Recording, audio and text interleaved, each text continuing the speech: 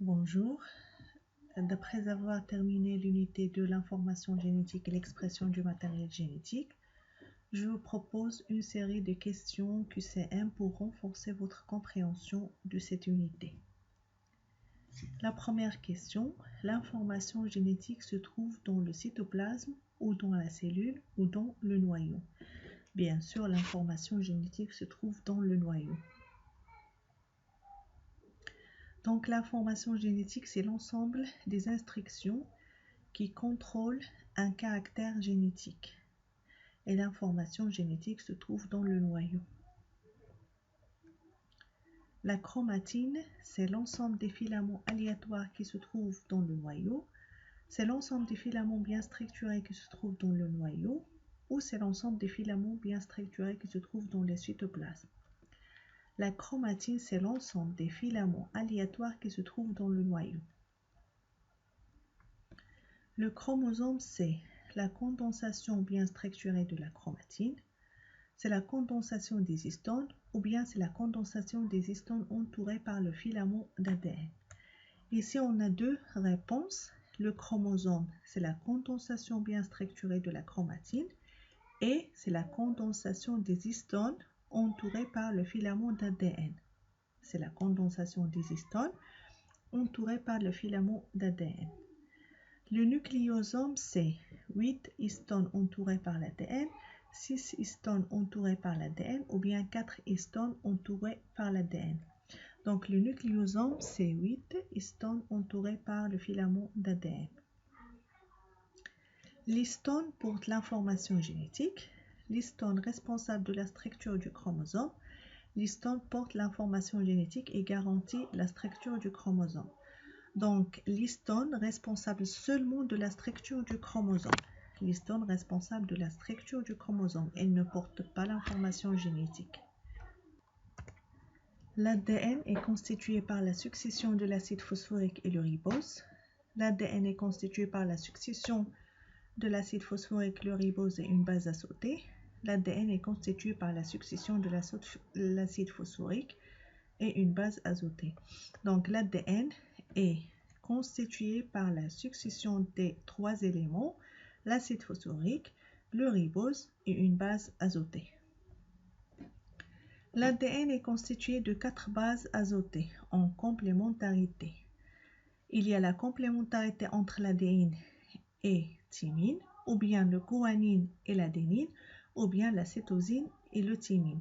Donc, il y a la complémentarité, bien sûr, entre l'adénine et thymine, A avec T, et la guanine et cytosine. Donc, ici, la réponse numéro 1. Le cycle cellulaire, c'est l'interface, ou bien c'est l'interface plus la mitose, ou bien c'est la division cellulaire.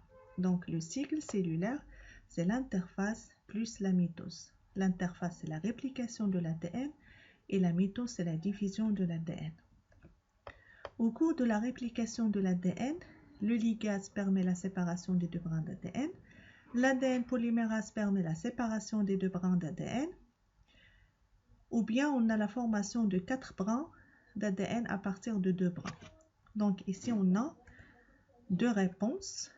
La première, c'est au cours de la réplication de l'ADN, le ligase permet la séparation des deux brins d'ADN et on a bien sûr la formation de 4 brins à partir de 2 brins, c'est-à-dire la réplication, le doublement de l'ADN. Mais ici, l'ADN polymérase ne permet pas la séparation, mais elle permet la polymérisation. Donc, on a la première réponse et la troisième réponse. La mitose, c'est la division d'une cellule pour donner 2 cellules filles identiques. C'est la division d'une cellule pour donner 4 cellules filles identiques. C'est la division d'une cellule pour donner 6 cellules filles identiques. C'est la mitose, c'est la division d'une cellule pour donner 2 cellules filles identiques. La mitose passe par 2 phases, la métaphase et la télophase, par 3 phases, prophase, métaphase et la télophase, ou par 4 phases, prophase, métaphase, anaphase et la télophase. La mitose passe bien sûr par 4 phases, la prophase, la métaphase, l'anaphase et la télophase. Prophase, c'est la première phase de la mitose qui se caractérise par le début de la condensation des chromosomes, la désintégration de la membrane nucléaire et le début de formation du faisceau métotique. Ou bien, c'est la condensation maximale des chromosomes et la formation de la plaque équatoriale. Ou bien, c'est le clivage du centromère et la séparation des chromatides. Donc, prophase, c'est le début de la condensation des chromosomes et la désintégration de la membrane nucléaire et le début de formation du faisceau métotique. Métaphase, c'est la deuxième phase de la mitose qui se caractérise par le début de la condensation des chromosomes, la désintégration de la membrane nucléaire et le début de formation du faisceau métotique, ou bien la condensation maximale des chromosomes et la formation de la plaque équatoriale, ou bien le clivage du centromère et la séparation des chromatides. Métaphase, c'est la condensation maximale des chromosomes et la formation de la plaque équatoriale.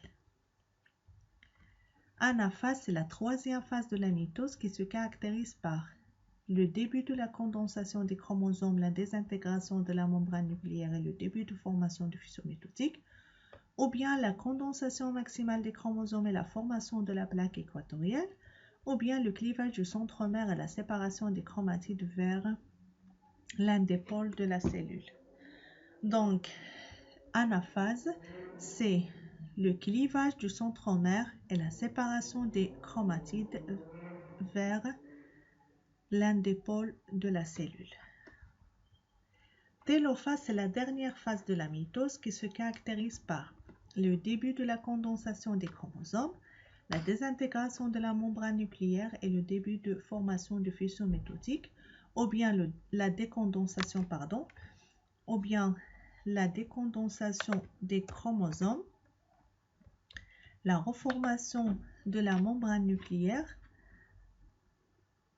et la cétodiérèse, ou bien le clivage du centromère et la séparation des chromatides vers l'un des pôles de la cellule. Bien sûr, télophase, c'est la décondensation des chromosomes et la reformation de la membrane nucléaire et de la nucléole et la cétodiérèse. Cétodiérèse, c'est la séparation, la division de la membrane cytoplasmique pour donner deux cellules. La quantité d'ADN reste stable durant l'interphase. L'interphase, c'est l'étape de la réplication de l'ADN. Reste stable durant la mitose et la mitose, c'est la division cellulaire. Ou bien la quantité d'ADN varie durant l'interphase et la mitose. Bien sûr, la quantité d'ADN varie durant l'interphase et la mitose. Donc, durant l'interphase, l'ADN se double et le chromosome passe d'un chromosome à simple bras à un chromosome à double bras. Ou bien l'ADN reste stable, ou bien l'ADN se double et le chromosome reste le même. Bien sûr, durant l'interphase, l'ADN va se doubler et le chromosome passe d'un chromosome à simple bras à un chromosome à double bras. L'interphase, c'est-à-dire la réplication de l'ADN, passe par deux étapes, G1 et S, par une seule étape S, par trois étapes, G1, S et G2. Bien sûr, l'interphase ou la réplication de l'ADN passe par trois étapes, G1, S et G2. G1, c'est la réplication maximale de l'ADN, ou bien c'est la formation des fourches des réplications, ou bien c'est la préparation de l'ADN à la réplication. G1, c'est la préparation de l'ADN à la réplication. La phase suivante, S, c'est la réplication maximale de l'ADN, c'est la formation des fourches de réplication, ou bien c'est la préparation de l'ADN à la réplication. Donc, c'est la formation des fourches de réplication. C'est-à-dire, ici, on a la réplication de l'ADN. La phase G2, c'est la réplication maximale de l'ADN, c'est la formation des fourches de réplication, ou c'est la préparation de l'ADN à la réplication. Donc, G2, c'est la réplication maximale de l'ADN. Durant la mitose, la quantité d'ADN se divise et le chromosome reste double. La quantité d'ADN reste la même avec le clivage du chromosome en deux chromatides, ou bien la quantité d'ADN se divise avec le clivage du chromosome en deux chromatides.